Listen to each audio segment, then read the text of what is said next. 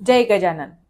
आज आपण मेष राशीच्या जातकांसाठी जुलै 2026 हा महिना कसा जाणार आहे, काय घडामोडी घडणार आहेत मेष राशीच्या जातकांच्या आयुष्यामध्ये ह्या महिन्यामध्ये, ते प्रिडिक्शन आपण घेणार आहोत टॅरोद्वारे. टॅरोद्वारे आपण प्रिडिक्शन करणार आहोत ह्या महिन्यासाठी. सो ह्या रिडिंगला रेझोनेट होण्यासाठी तुम्ही आपल्या आपल्या इष्टदेवतेचं नाव घ्यायचं आहे आणि रिडिंगला रेझोनेट व्हायचं आहे. आणि कमेंटमध्ये जय गजानन लिहायला विसरू नका. तुम्ही तुमच्या इष्टदेवतेचं नाव घ्या, तोपर्यंत मी पण घेते.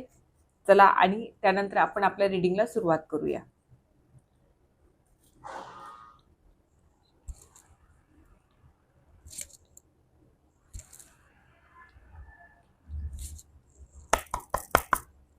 सो आता आपण सुरुवात करणार आहोत आपल्या रिडिंगला.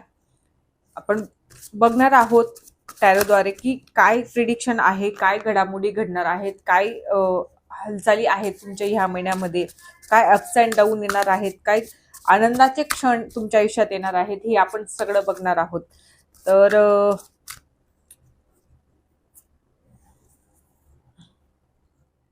सगळ्यात अगोदर आपण जॉबवाल्यांसाठी बघून घेऊ की जॉबवाल्यांसाठी हा महिना कसा असणार आहे किंवा काय घडामोडी घडणार आहे जॉबवाल्यांसाठी. बॅलन्सिंगचा महिना आहे. थोडं प्रत्येक गोष्टी तुम्हाला बॅलन्स करून चालायचं आहे. म्हणजे तसं करण्याचा तुम्ही पुरेपूर प्रयत्न करत आहात, पण इमोशनली पण तुम्हाला स्टेबल राहायचं आहे. इमोशनली प्रत्येक गोष्टी म्हणजे स्टक होऊ द्यायच्या नाहीयेत. सगळ्या गोष्टी उघड्या डोळ्याने बघायच्या आहेत. असं नाही की तुम्हाला एक गट फिलिंग येत असते की हा हे चुकीचं आहे, पण मग असतं की ठीक आहे होऊन जाईल. म्हणजे डोळे बंद करून काहीतरी निर्णय घेतो, न कुठली गोष्ट पडताळता आपण काही गोष्टी बघतो. तर तसं काहीच करायचं नाहीये. तुम्हाला जर म्हणजे यश मिळण्याची शक्यता खूप चांगली आहे ह्या महिन्यामध्ये. फक्त तुम्हाला सगळ्या गोष्टी पडताळून बघायच्या, स्टेबल ठेवायचं. जरी तुम्ही इमोशनल असाल तर प्रॅक्टिकलीही तुम्हाला विचार करायचा आहे. प्रॅक्टिकलीही विचार, आणि तुम्ही जर फक्त प्रॅक्टिकलीच विचार करत असाल एखाद्या गोष्टीचा, तर इमोशनलीही तुम्हाला बघायचंय. थोडं इमोशनलीही दुसरी बाजू पडताळून बघायची आहे. म्हणजे एकंदरीत तुम्हाला हा महिना बॅलन्स करायचा आहे, बॅलन्स करून चालायचा आहे. सगळ्या गोष्टी व्यवस्थित पडताळून बघायच्या आहेत. सगळं काही व्यवस्थित होणार आहे. आता बिझनेसवाल्यांसाठी बघून घेऊ की बिझनेसवाल्यांसाठी हा महिना बिझनेसवाल्यांसाठी असा आहे की तुम्ही तुमच्या एका कम्फर्ट झोनमध्येच आहात. तुम्ही तुमच्या झोनमध्येच चालत आहात. तुम्ही तुमच्या थॉट्स प्रोसेसच्या बाहेर जाऊन विचार करत नाहीयेत. तुम्ही फक्त तुमच्याच विश्वामध्ये गुंतलेले आहात. कधी कधी असं असतं की आपलं काही गोष्टी समोरच्यावर लादणं ते त्याला थोडंसं जड जातं, किंवा म्हणतो ना आपण की जनरेशन मॅच होत नाही किंवा वाईब्स मॅच होत नाही, तशा काही गोष्टी होतात. आणि तुम्ही अंधारामध्ये कंदील घेऊन फिरतायत. म्हणजे अंधारामध्ये तुम्हाला उजेड बघायचंय की कितपर्यंत प्रकाश जातो, काय जातो ते असं म्हणून. पण मग कधी कधी कसं असतं की काही गोष्टी आपणच जर ठरवल्या, परिस्थिती न बघता, परिस्थितीचा विचार न करता. ऍक्च्युली तुम्हाला तुमच्या बिझनेसचा अनुभव खूप छान आहे, तुम्हाला त्याच्यातला एक्सपिरियन्स पण खूप छान आहे. पण कधी कधी तुमचं निगेटिव्ह थॉट प्रोसेस, किंवा तुम्ही जे मनामध्ये तुमचं तुमचं एक हे बांधून ठेवलेलं आहे की भीती बांधून ठेवलेली आहे, एक फेअर आहे तुमच्या मनामध्ये. ती भीती, तो फेअर तुम्हाला काही गोष्टी उलगडू देत नाहीयेत, काही गोष्टी समजू देत नाही, तर त्या तुम्हाला करायच्या आहेत. थोडंसं कम्फर्ट झोनच्या बाहेर जाऊन विचार करायचा आहे. एकंदरीत थोडा सर्वांगिक विचार करायचा आहे. जर तुम्हाला कोणी काही सांगतंय किंवा वरिष्ठ काही सांगतायत, तर त्यांचाही एकदा सल्ला घ्या. त्या गोष्टीवरही एकदा विचार करा. किंवा कधी कधी लहान्यांकडनंही काही गोष्टी छान शिकायला मिळतात. तर दुसऱ्यांकडनं पण ओपिनियन घ्यायचंय आणि स्वतःच्या ओपिनियनला कंपॅरिझन करून सगळ्या गोष्टी बघायच्या आहेत तुम्हाला. आता आपण कुटुंबाच्या बाबतीमध्ये बघून घेऊ की कुटुंबाच्या बाबतीमध्ये हा महिना कसा असणार आहे. कुटुंबाच्या बाबतीमध्ये हा महिना पॉझिटिव्हच असणार आहे. चांगलाच असणार आहे. सगळ्या काही गोष्टी फॅमिलीमध्ये डिस्कस करूनच करायच्या आहेत. सगळ्या काही गोष्टी छान करायच्या आहेत. सगळंच काही छान होणार आहे, पॉझिटिव्ह होणार आहे.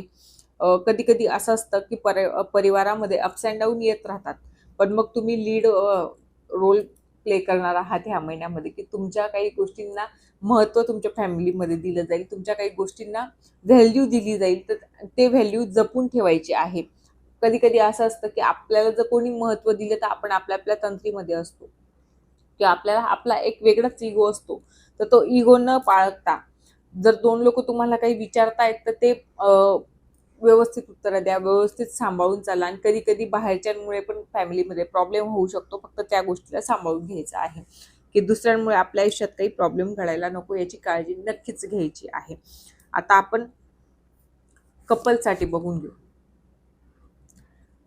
तुमचं कॅरेक्टर ह्या महिन्यात थोडं डॉमिनेटिंग होणार आहे. जे वर्कलोड असेल, इतर काही लोड असेल, किंवा काहीही प्रॉब्लेम्स असतील इतर, त्याच्यामुळे तुमच्या रिलेशनवर त्याचा इम्पॅक्ट पडणार आहे. तुमच्या रिलेशनमध्ये तुम्ही, आणि कधी कधी असं असतं की आपण ओव्हर थिंकिंग मध्ये असो, किंवा ओव्हर म्हणजे एक्सप्रेसिव्ह बनण्याच्या नादामध्ये, ओव्हर सजेशन्स देण्याच्या नादामध्ये समोरच्याला आपण डॉमिनेटिंग वाटत असतो. ही गोष्ट कधी कधी आपल्या लक्षात येत नाही. आपल्याला असं वाटतं की आपण तर समोरच्याची काळजी घेतोय, पण मग हेही बघायचं की आपली ओव्हर काळजी घेणं, आपलं ओव्हर पॅम्पर करणं समोरच्याला डॉमिनेटिंग तर नाही वाटत येणं, ते लक्षात येतं. कधी कधी जर समोरच्याने तुम्हाला इग्नोर करण्याचा प्रयत्न केला, किंवा लांब करण्याचा प्रयत्न केला, तर त्या गोष्टी तुम्हाला बघायच्या आहेत. बाकी जर तुम्ही ह्या गोष्टीला ओव्हरकम केलं तर महिना तसा पॉझिटिव्हच आहे, छानच आहे, नो प्रॉब्लेम. वाचा व्यवस्थित ठेवायची आहे. मी बोलली ना डॉमिनेटिंग वाटतं, तुम्हाला तुमचे शब्द जपून वापरायचे आहेत. कधी कधी तुम्ही बोलण्याच्या नादात ओव्हर बोलून जाल आणि सगळ्या काही गोष्टी गडबड करून ठेवून जाल. असं काही करू नका. अगोदरच आजकाल रिलेशनशिप असेल, मॅरिड असो अनमॅरिड असो, रिलेशनशिप म्हटलं, पार्टनरशिप म्हटली म्हणजे खूप सेन्सिटिव्ह विषय झालेला आहे.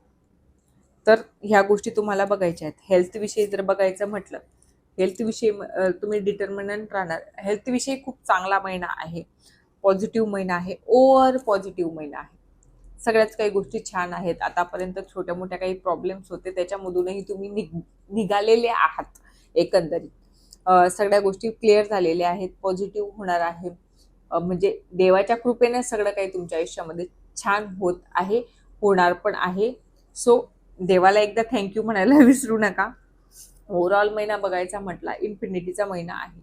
काही गोष्टींमध्ये मी जसं सांगितलं की काही गोष्टी बॅलन्स करायच्या आहेत, काही गोष्टींना पडताळून व्यवस्थित बघा, समोरच्याचं पण ऐकून घ्या. काही गोष्टी मध्ये चांगला विचार करता, फक्त तिसऱ्याचं ऐकू नका. म्हणजे तुम्ही जे डॉमिनेटिंग बनत चालले त्याच्यावर तुम्हाला थोडंसं कंट्रोल करायचंय. तर सगळाच महिना छान राहील, इन्फिनिटीचा महिना राहील. सगळ्याच गोष्टी बेस्ट होणार आहेत, छान होणार आहेत, पॉझिटिव्ह होणार आहेत. म्हणजे एकंदरीत असं समजा की हा पूर्ण महिना तुमच्या हातात आहे, की हा महिना कसा तुम्हाला काढायचा आहे, कसा चालवायचा आहे, हे तुमच्यावर अवलंबून आहे. तुमची विल पॉवरवर अवलंबून आहे, तुमच्या थॉट प्रोसेसवर अवलंबून आहे की तुमचा हा महिना कसा असणार आहे ते. सो जर रीडिंग आवडली असेल आणि रेझोनेट झाली असेल तर आपल्या चॅनलला लाईक, शेअर, सबस्क्राईब करायला विसरू नका. आणि हो, कमेंटमध्ये जय गजानन लिहायला विसरू नका. जय गजानन.